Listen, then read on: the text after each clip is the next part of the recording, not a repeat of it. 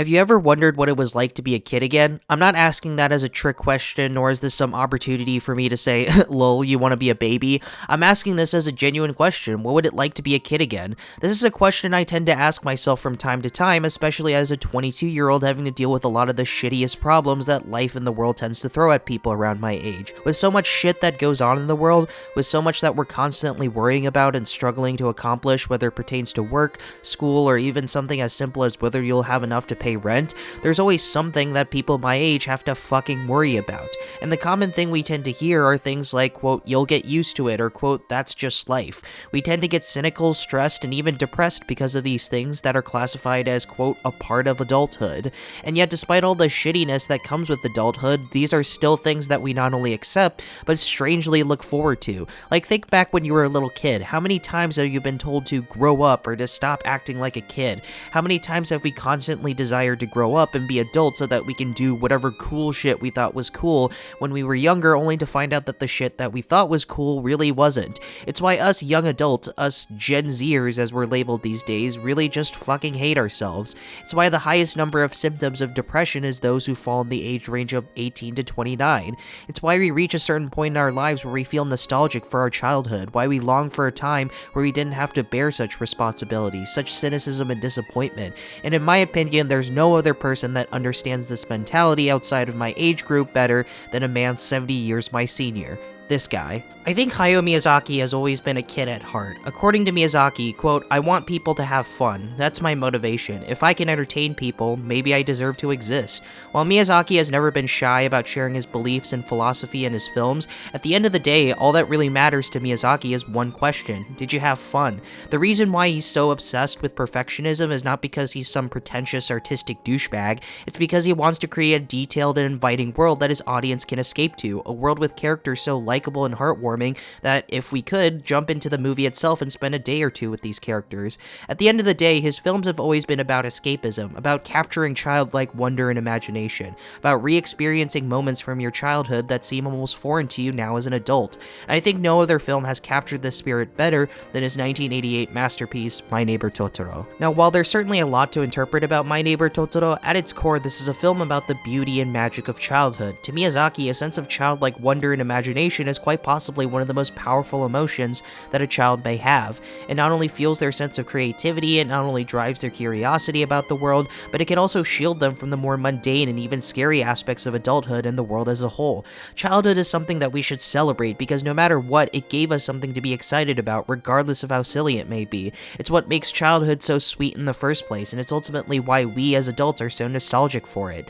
It's why throughout the entire film, there is never a moment where these attributes of childhood are looked down upon or ridiculed. In fact, quite the opposite. Throughout My Neighbor Totoro, the main protagonist of Satsuki and her sister Mei encounter a lot of strange yet friendly mystical beings, from the dust bunnies to the cat bus to this big cat bear rabbit thing himself, Totoro. Now, whether these beings actually exist is a separate topic and is really up to your interpretation, but for the sake of this video, ultimately what matters isn't whether they are real, it's that Satsuki and Mei believe they are real.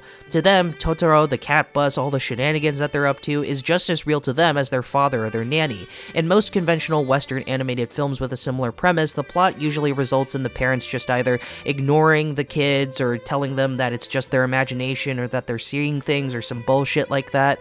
But in My Neighbor Totoro, Miyazaki takes a different approach, as the father instead encourages and even engages with these wild claims about Totoro and all the magical creatures that they saw along the way. He gets excited when Satsuki tells him that their house might be haunted. He willingly runs into the mini forest that's hidden in their gardens to find Totoro. He keenly listens to their stories of Totoro riding on the cat bus and explains to them that Totoro might be a spirit guardian and something that they must pay their respects to. Hell, even when the kids get scared of the wind blowing the shit out of their house, he simply laughs and encourages his daughters to laugh too to scare away the boogeyman. Not once does Satsuki and Mei's father discourage or ridicule or criticize this way of thinking, because at worst, this sense of childlike wonder and imagination doesn't really hurt anyone, and at best, it gives his kids something to be excited about, something to help them smile and laugh and ultimately enjoy their new adventure of moving to a new home in a new area. And I think the father's willingness to play along with and encourage his daughter's wild adventures and imaginations is even more justified towards the second half of the film, where it's revealed that Satsuki and Mei's mother is in the hospital and attempting to recover from an illness.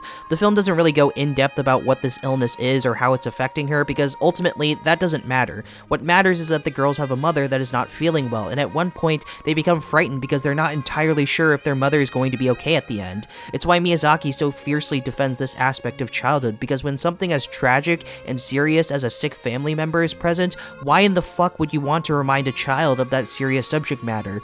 Regardless of whether the father actually believes in Totoro, what matters is that it makes the kids happy, and while there are definitely moments in the film where Satsuki and Mei struggle with the reality of life, especially near the third act when the kids learn that their mother might not be coming home, they refuse to accept what is given. The girls use their imagination to fight back. They call upon Totoro for help. Satsuki rides the magic cat to find her sister, and together they ride the cat bus to deliver the corn that Mei desperately wants to give to her mother, believing it will help her get better. And while yeah, from a cynical point of view, that may sound silly, like corn doesn't cure a person of an illness, but like I keep saying, that doesn't fucking matter. When Miyazaki and his brothers were children, his mother suffered from spinal tuberculosis for 9 years, and spent most of her time hospitalized. It's why My Neighbor Totoro feels like Miyazaki's most personal film. Satsuki and Mei's lack of awareness of the severity of what illness their mother has, their escape from reality with the imagination of Totoro, might be a direct parallel to what Miyazaki must have dealt with at the time of his life. There's nothing wrong with having a childhood fantasy. It doesn't matter if Totoro is real. Childlike wonder and imagination don't have to make sense. All that matters is that it's fun. It brings excitement and creativity to the forefront. It gives kids an adventure to look forward to the next day. And for the case of Mei and Satsuki, it shields them from the more depressing and terrifying hypotheticals surrounding their mother and her illness. And as a 22-year-old that longs for something more in his life, an adventure with a cat, rabbit, bear, spirit thing sounds good right about now. Hell, it's probably what Miyazaki wants to do right now. He probably knows that because of his old age that he's mostly lost that sense of wonder and imagination that he used to have as a kid. It's why he's so protective and passionate about the films he makes, about the children featured in his movies. It's his way of resurrecting the magic and beauty of his childhood past, or at the very least have an avenue down nostalgia to that past moment in his life. But My Neighbor Totoro stands out because it's a film specifically about childhood. It's a story that follows two very young girls using the power of their imagination as a creative outlet to get them excited about the world, to distract them from the scary illness that is affecting their mother. It's why the father also gets in on his children's shenanigans, because despite being the primary caretaker of the family and having to worry about his wife, even he needs an outlet to escape. Even he needs a break from all the bullshit that surrounds his life. And while yeah, he holds up a strong face and appearance throughout the entire film, his willingness to go on these little misadventures to find Totoro with his kids might be his way of just letting go for a bit and just having some fun in his life, because that comes back to what Miyazaki ultimately desires from his audience, to have fun.